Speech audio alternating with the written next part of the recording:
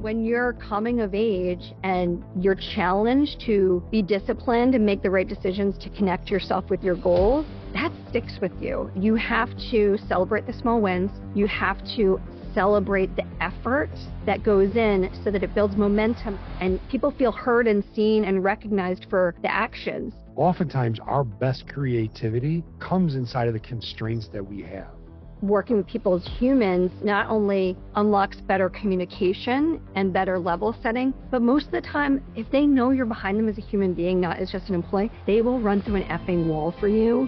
Welcome back to another episode of the Athletics of Business podcast. I am your host, Ed Molitor, and I could not be more fired up to be joined today by our special guest, Meghan Long, Vice President of U.S. Surgical Sales at BioTissue.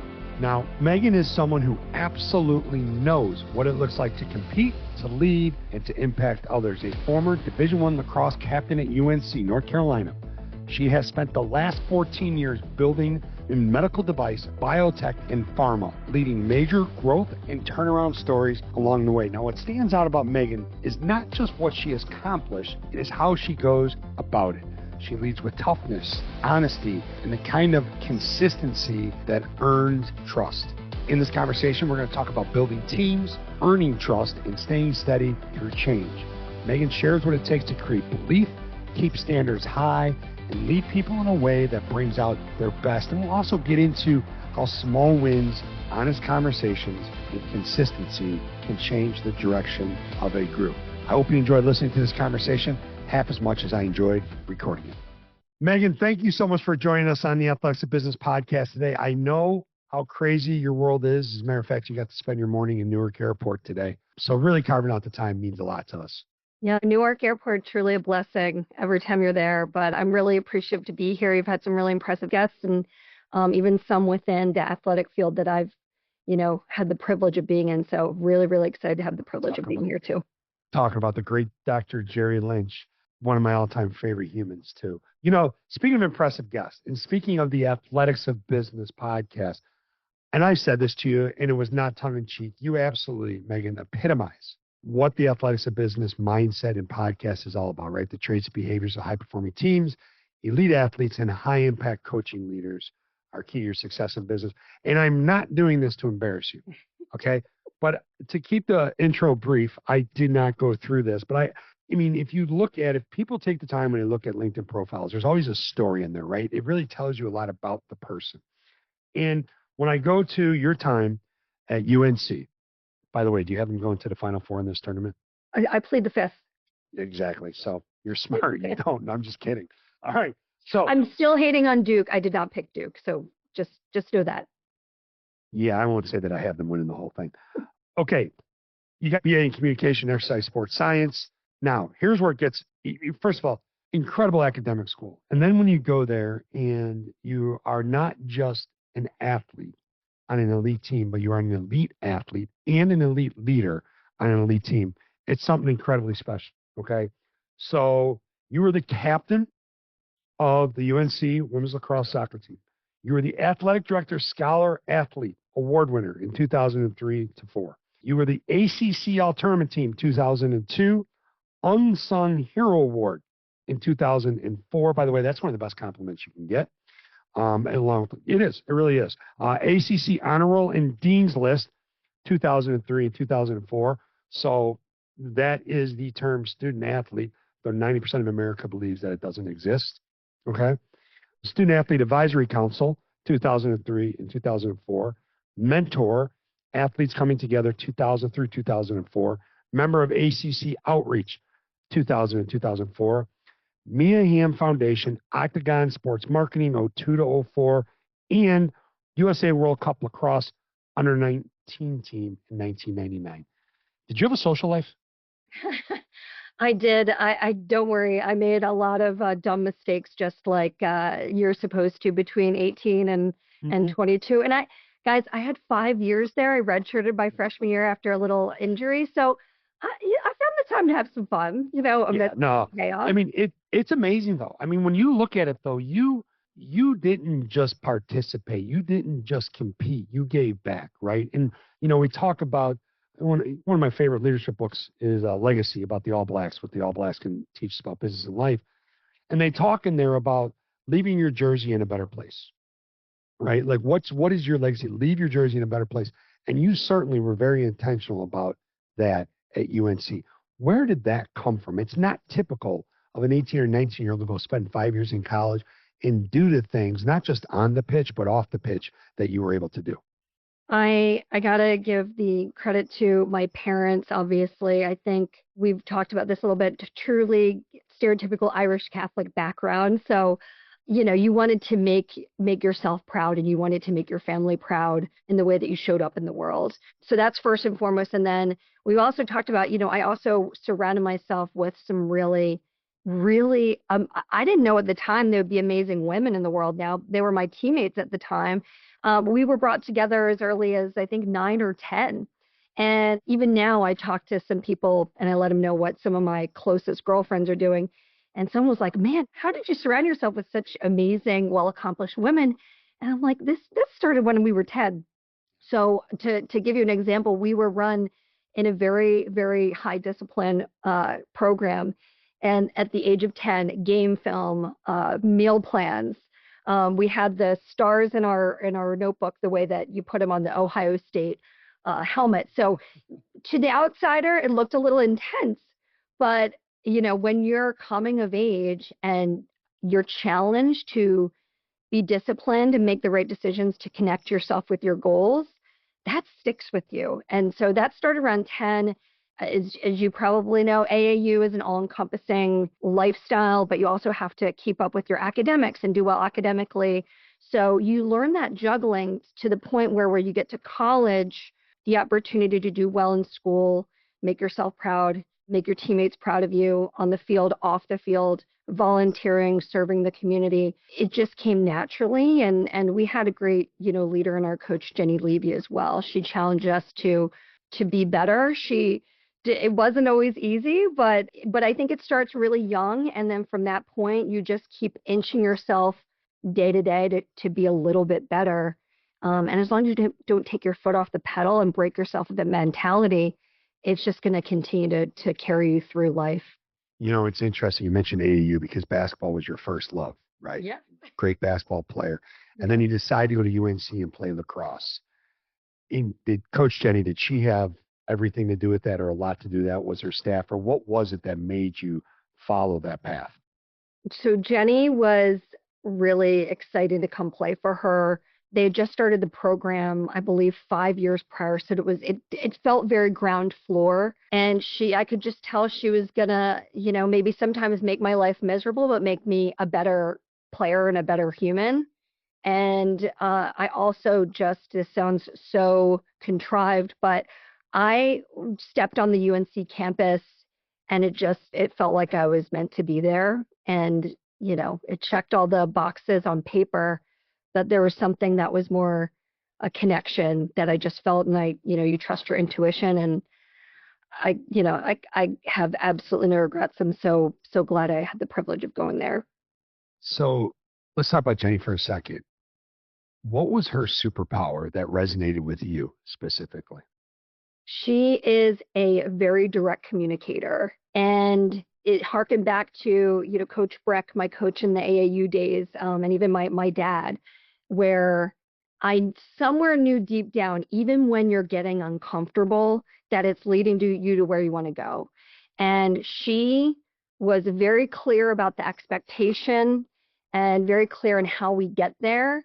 And she challenged us all to get better. And I could sense that deep down. I always like to tell this story. She also knew how to toughen us up.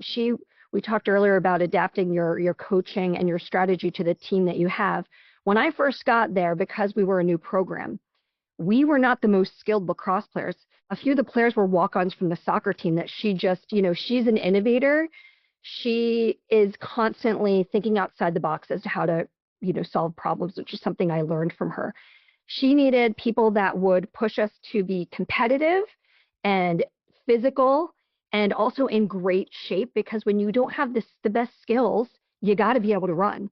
So what she did, she recruited a few of the soccer players to come and just pick up a stick and drive us in the way that we needed to be driven. They may not have gotten a lot of playing time, but they made us all better because you and I both know the secret sauce is in practice, not the games.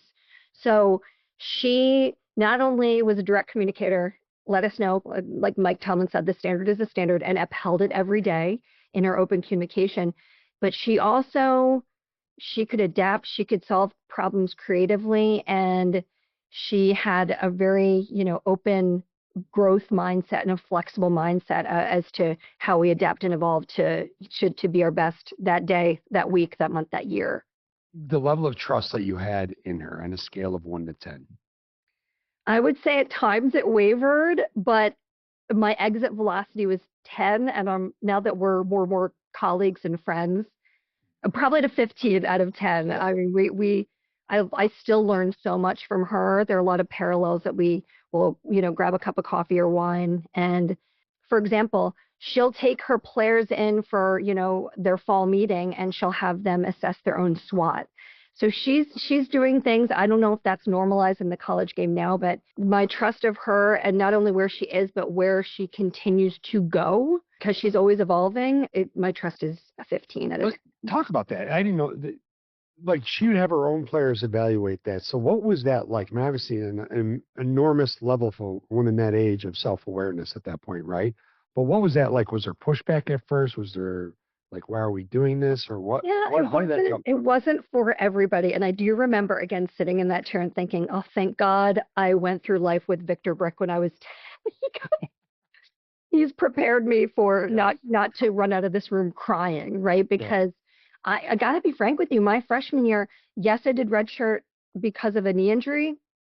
And I wasn't getting on that field my freshman year more than, I don't know, 30 minutes total anyway, because I needed to be pushed. I needed to step up my game. I needed to learn how to acclimate to, all of the autonomy and choices that you have when you leave your parents' house at 17 years old. And so my first meeting with her was bumpy, and thank God it was.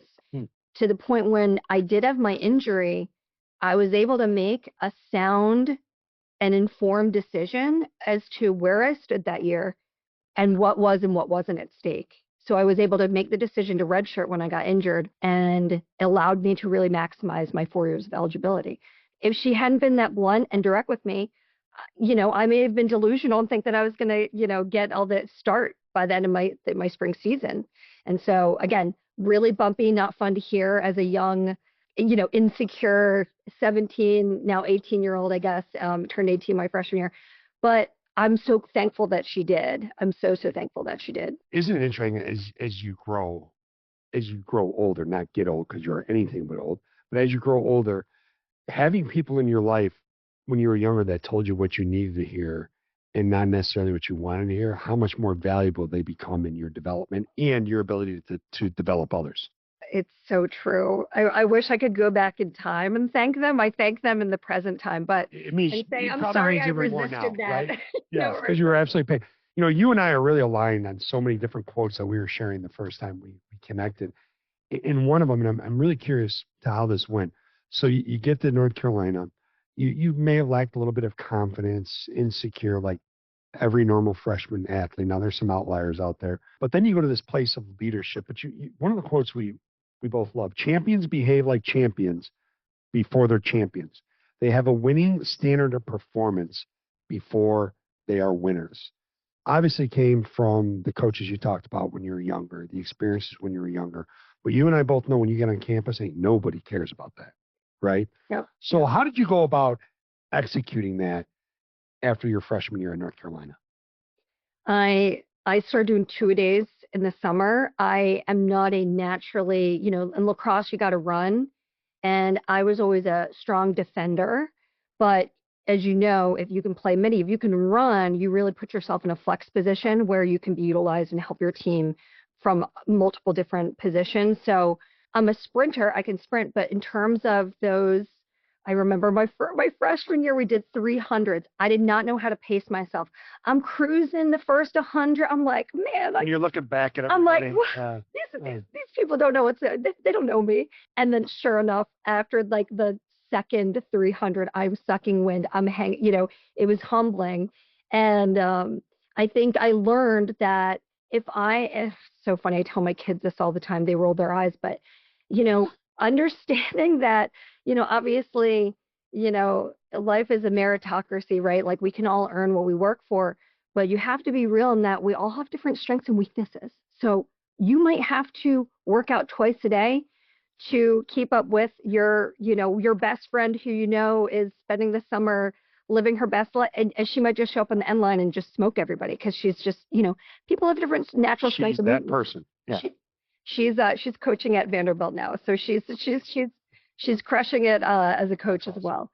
But I think understanding and getting over yourself a little bit, and in that you just have to do what needs to be done, and that sometimes it's not fair that you have to work harder. But I think once I really released the preconceived notion that everything is a meritocracy in terms of input, and I just went to work. I did 2 days every summer. I remember doing sprints multiple times a day, or I do a long run in sprints over every summer to just make sure that I was showing up as the best, asset to my team and my teammates and my coach. And that's where things really took off my first year of eligibility. Obviously, I know Jenny, we both are big on valuing, the effort and the input. So I think she also saw that I had a major setback.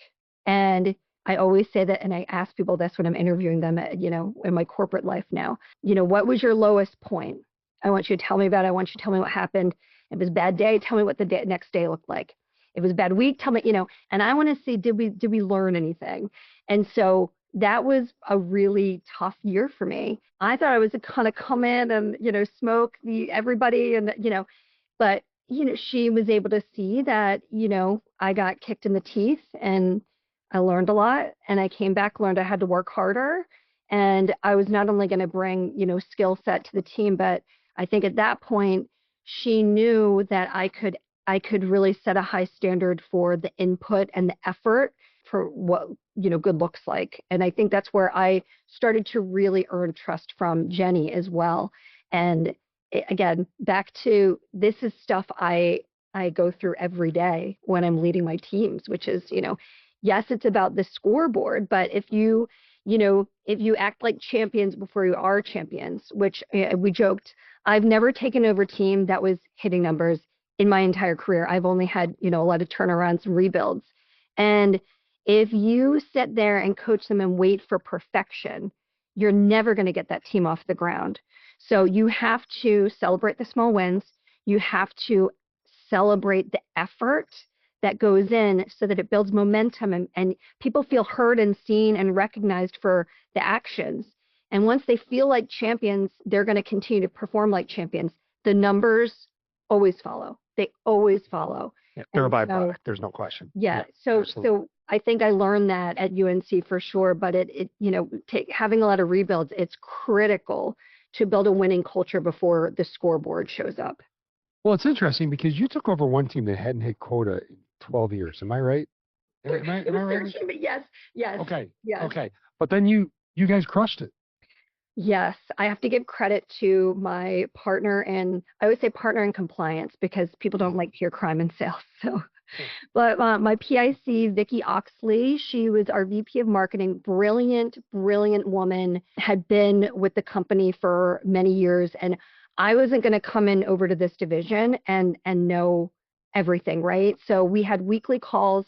We basically just got under the hood and got creative, again, getting creative and evolving our strategy to, this is more specific, but we evolved to certain specific subspecialties where they get what they want, have access to getting what they want at the hospitals. They use the higher ASP products, and we didn't have perfection. We didn't have everything we wanted, but we worked creatively to get everything we needed. And we just rebuilt the strategy, pulled in the training department. Again, shout out to Lo Enquist, who I worked with 12 years prior to an ortho company. But same, teamwork, coming together, dropping your ego and focusing on what needs to be done to turn things around. And yeah, after 13 years, we hit the number. We didn't hit it until Q3, so it took us 6 months. That's okay. That's all right. But yeah, it was incredible. We had great talent. We just needed to align the right strategy to infuse the talent with the right offense to run. And I'm really proud of it for everything that they did at BioTissue Surgical. It's pretty amazing. And you said something in there that I want to go back to and emphasize. You talked about we didn't have everything. Like, and there's probably some stuff you needed that you didn't have. But oftentimes, and you go back to Coach Jenny and her innovation, right? Oftentimes, our best creativity comes inside of the constraints that we have. And was there a moment when you were dealing with I don't want to call it a lack of resources, but we can call it limited or not all the resources that you would love to have had access to? Was there a moment where you're like, all right, it is what it is. Now let's get super creative and let's put the pieces in place? Yep, absolutely. I remember, we would get specific questions where, and for context, this division spanned every single surgery that is done in the country with the exception of ophthalmology. But so you're not going to have, a study for every procedure that exists. So we would take a study that has, an L-flap incision that isn't necessarily in the exact, specialty or procedure, but it would have the same challenges, same surgical challenges. And we got creative and we just, we worked with what we got, and we worked with, I got to thank my boss too, Brandon Caraway. I worked for him for almost 5 years now. He trusted me to get in there and figure it out. He wasn't like, don't do this, don't that. He said, find a way to get it done. I trust you, go do it. And so that also helped to give us the flexibility to be creative. How much of all these people that impacted you, that trusted you, that may have seen more in you than you saw in yourself at an early stage of your career, how many often do you see their leadership style or their approach or maybe one of their superpowers show up in the way that you do things?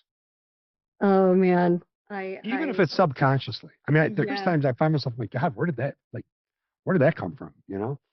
I'm a verbal processor, and believe me, I text and email, like I'm on these flights, you can't always, but I love connecting in real time with people because I think you can pull yarn in a way that you can't via text sometimes, and really just, brainstorm. And I think a lot of the people that I've had the privilege of working for me and, promoting, it's when you ask them like, hey, how would you tackle that? Sometimes it's something that I would do, and I say, oh, like, yeah, this. And the more fun one is when you ask, somebody, hey, what would you do here? And I'm thinking, okay, this is the answer.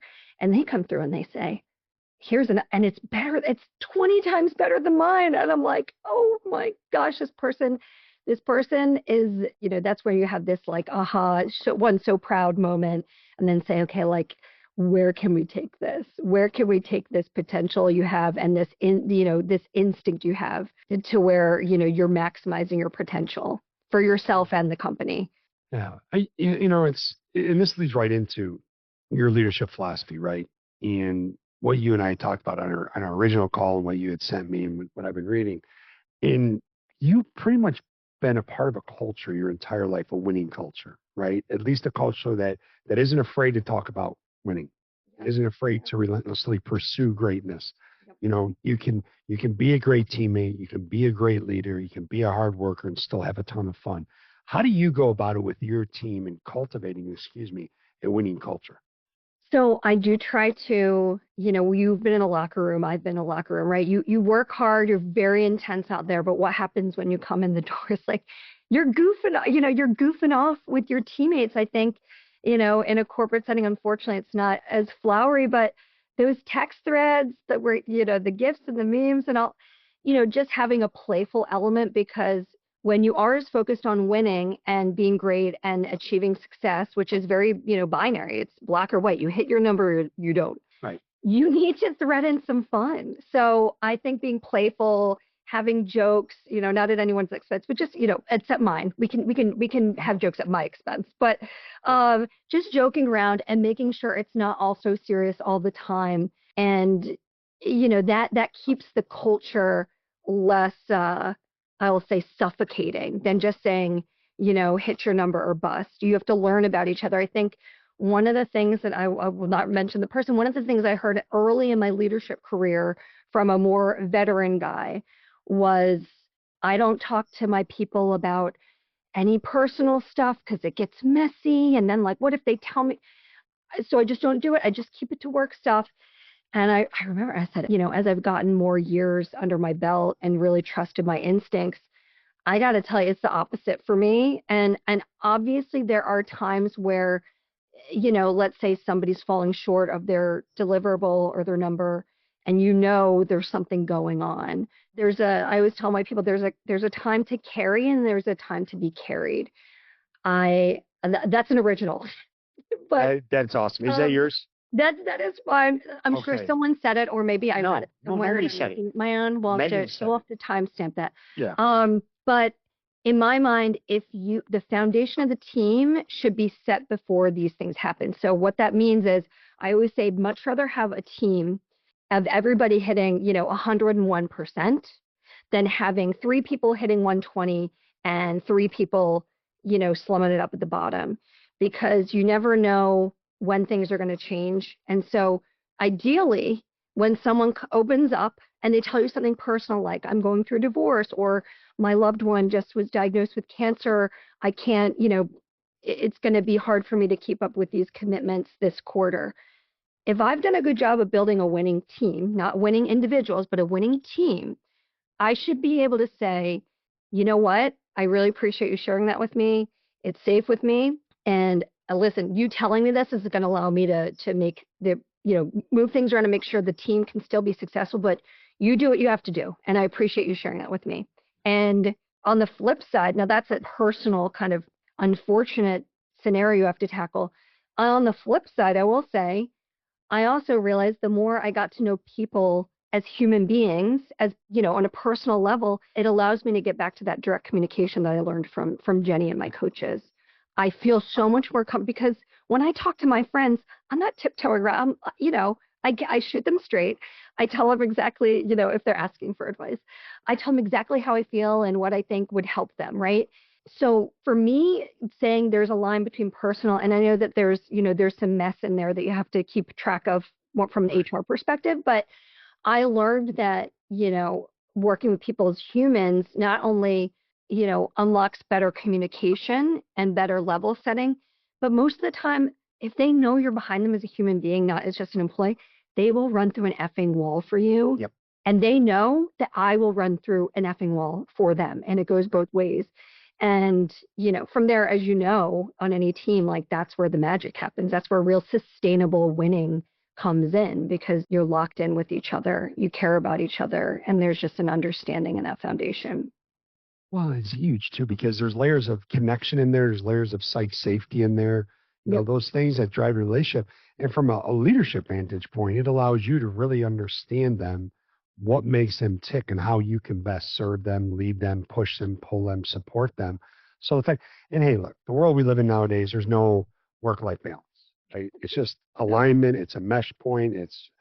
And when people know that you care about them and they care about each other, I mean, that's tremendous. And then that really, it leads to trust is a two-way street. Now, when they know that you care about them, I've got to think the things that they're doing, the work that they're putting in, when no one's watching, when no one's looking, it's going to be very similar to what you did after your freshman year when you started doing 2 days. Yeah. I'm not doing this for any glamour. This is my commitment. This is my obligation. And that's huge. Now, I have to ask you, the second piece of your leadership philosophy: empower field and leverage unique strengths. Okay, I love that. You think about it, now you're younger, much younger than me. But like when I was playing, it was not about, and when I first got in the business world, it wasn't about double down on your strengths. It was about you've got to work on your weaknesses. Like you're not good at that. That's where you got to spend all your time. Which now that we've evolved, it makes zero sense. I get it, but now it makes zero. So talk to me about that piece: empower field and leverage unique strengths. Oh, well, this is I think the fun part of leading. And it's just, people always have the language nowadays of, what a servant leader looks like. But I think most people who have come up in sports, they understand that everybody has unique strengths and weaknesses and a unique role to play and a greater path to success on a team. So even before we had the language for things like servant leadership, where you're humble and you're serving your people, I think that just comes naturally from the background in sports. So when you bring a team together, I've always joked, I go, I'm wondering when one of these teams that I take over, when I come in and I say, hey, I don't know anything. I'm here to learn from you guys. I'm still waiting for someone to go, this lady doesn't know anything. Like, who is she? She's asking us how to do the job. Yeah. For some reason, it hasn't backfired yet. I'll keep you posted on that. But usually when I people come love in, vulnerability. They love it. but yeah, and I truly, it's genuine. When I take over a team, I truly don't know what's going on. And I got to figure out who's doing, what people's strengths are and weaknesses. And if I can, establish trust and make them feel that like the safe psychology, then they're going to feel open sharing with me what they're good at. They might think outside, oh, I had an idea on how to solve this problem, or, oh, let me call it, they might feel safe to just call me when something goes well or call me when something doesn't go well. It's all going to help me understand, one, the real world lens, because in sales, nothing is worse than having a leader that doesn't know what's really going on out in the real world. So listen and learn first. And then, the fun part is saying, oh, Susie did it this way and that worked. But, Steve did this way and that also worked. I cannot wait to get on our weekly call. Steve, Susie, I'm going to tee you guys up. Same scenario, you guys, I want you guys to share with your peers how you got through this. And again, that hopefully, again, it hasn't bitten me in the butt yet, but, knowing that they don't have to do it one specific way and feeling empowered and safe to try different things and share them not only helps to prevent burnout, because I'm telling everybody to be XYZ all day long. This is the only way. This is the only way. They're not going to reach their full potential because they're going to be a robot instead of, their best selves. And they're going to get burnt out. And also, they're never going to be a team that's going to maximize their performance if they don't hear about all the different ways to be successful. So I think that that's one of the reasons why I've, thankfully, no one has laughed me out of a room when I say I need to listen and learn from you.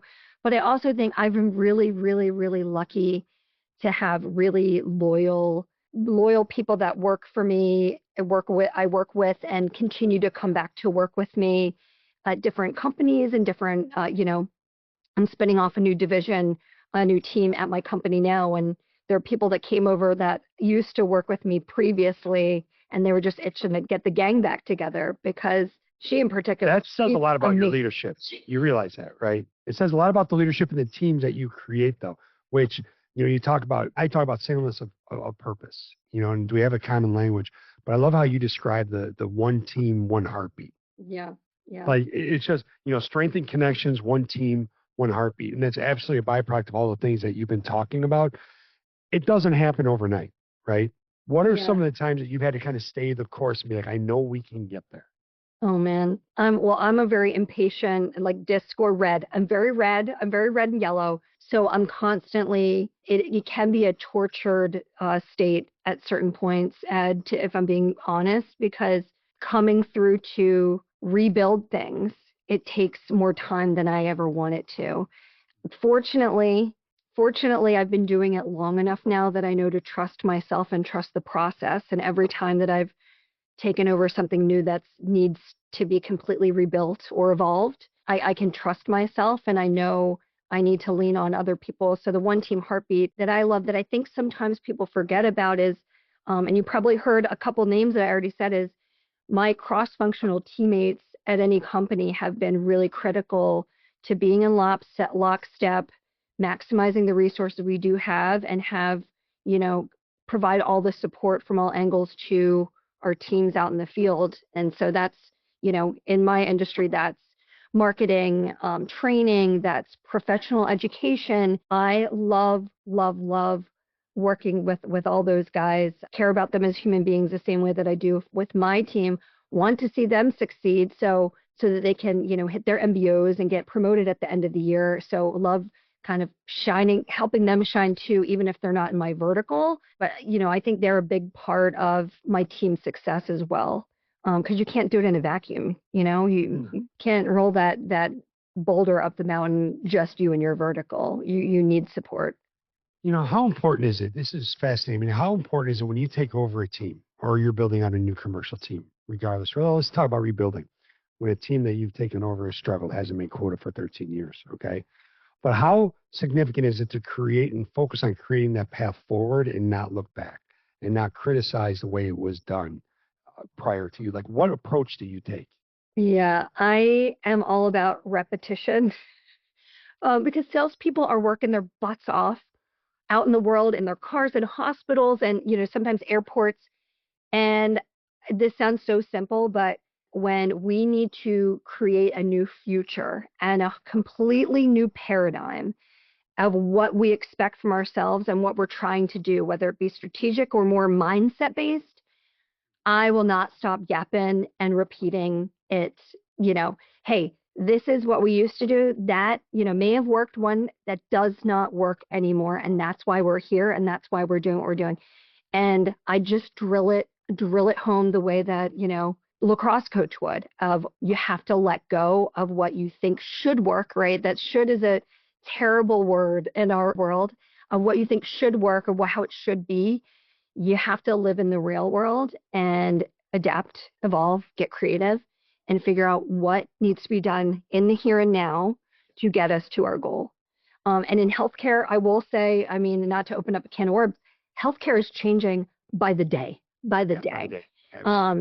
which is one of the reasons why, the BioTissue Surgical was such an opportunity to come in and shake things up, because we jumped into where it was going, not where it was.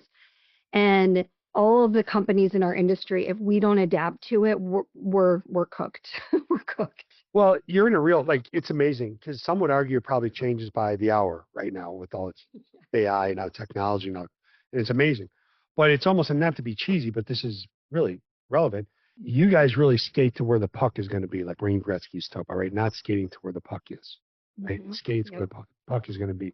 And that, to me, that makes it more, and more importantly, what does it do for you? But for me, it makes it more fun, because you really have to be strategic, and you really have to think, and you really have to ask a lot of questions. And now you get to put your people in different positions that's going to stretch them and grow them. Okay. Yep.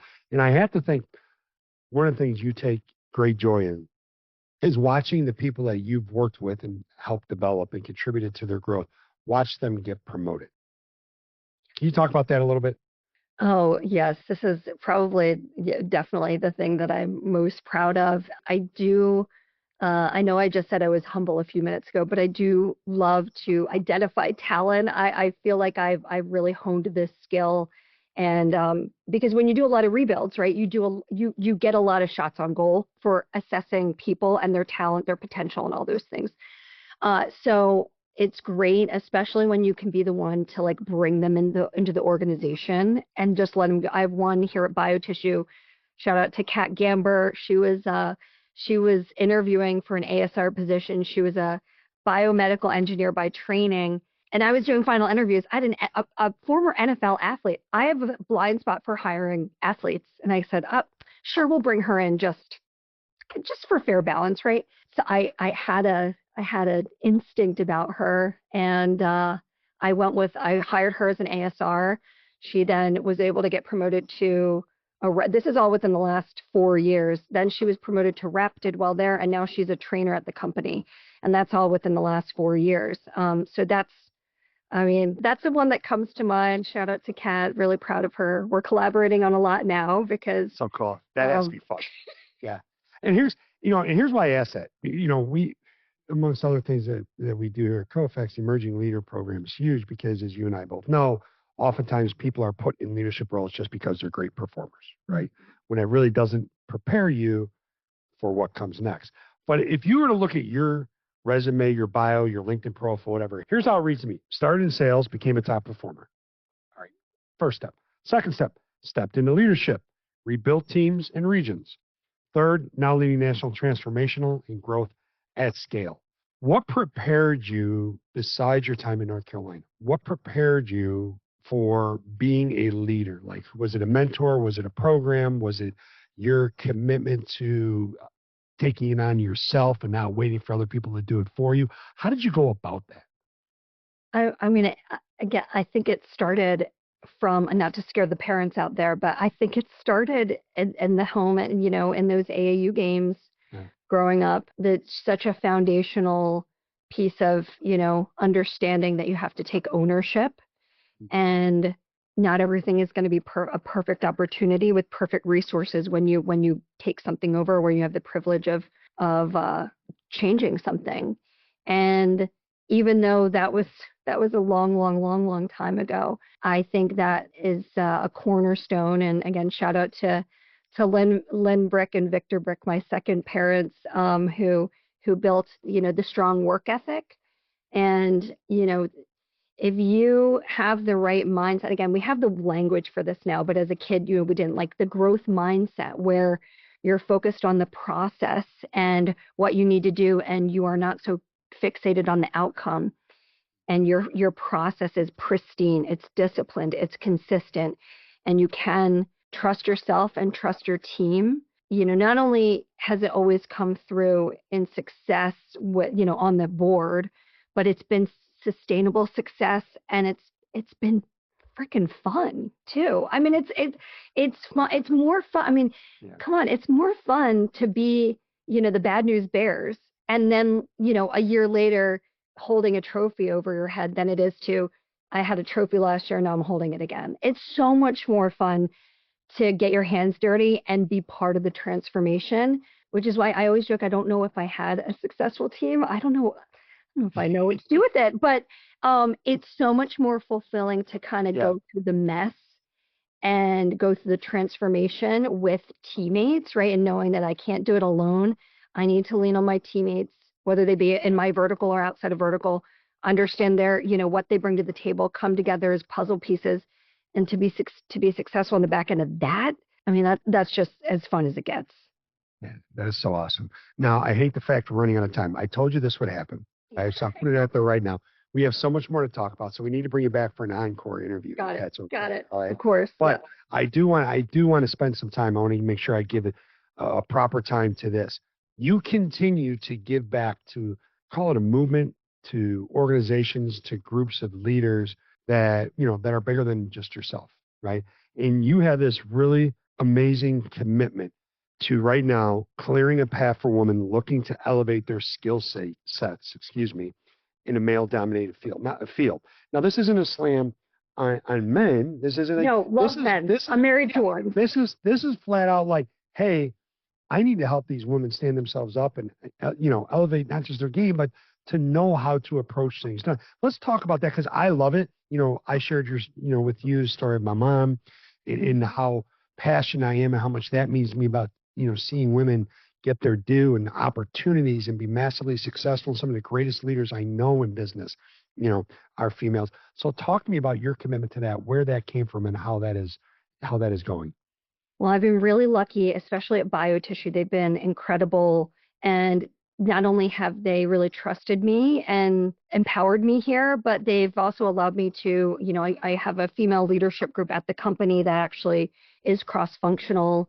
And I kind of developed a real passion for it, mentoring and developing the women at the company that I'm working with. And organically, as you know, I spent a lot of time in the ortho world, which, especially when I was cutting my teeth in ortho and getting into leadership in ortho, very, very, very, very few women. So I've been able to work with some women that were just referred to me as, wanting to learn the ways to be strategic and how to operate in this world. And like I said, it's more to learn from maybe mistakes that I have made. I feel like it's my due to, drop the ladder and take people with you.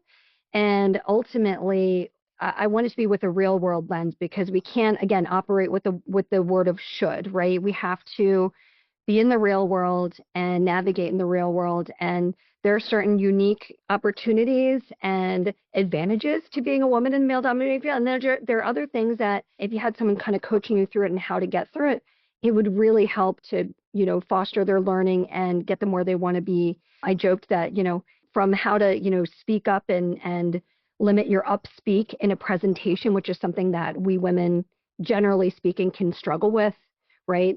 And I joked, how do you take your nursing pack through a TSA when you're a new mom, but you still got to be on the road? How do you balance that? So there's so much that I've learned and so much I'm still learning, but I am really hoping to continue to mentor other women, not just in medical device, but, finance, even in the world of science tech, still very male dominated fields, and hoping that I can help, help these women to crush their goals as well. That's the big picture stuff. How rewarding is it when you hear the stories, right? That, hey, this really helped me do this, or this really opened up my eyes to this. How rewarding is that for you? Oh, it's great. I had a call with a client on Friday, and she was giving me a success story of something that we discussed, and it was as fun as hitting your number in sales. It was great. So I think that's something that I'm going to continue to kind of try to fill my cup and help others with that. So cool. Megan, thank you so much. I mean, hey, we're doing the encore. We'll give it some time here, let this get out there, but we're going to do the encore. I appreciate you. I appreciate all you do, and I appreciate your time so much. And I can't wait to pick up this conversation where we left off. Yeah, absolutely. It's true honor. Thank you so much for having me, and I can't wait for more.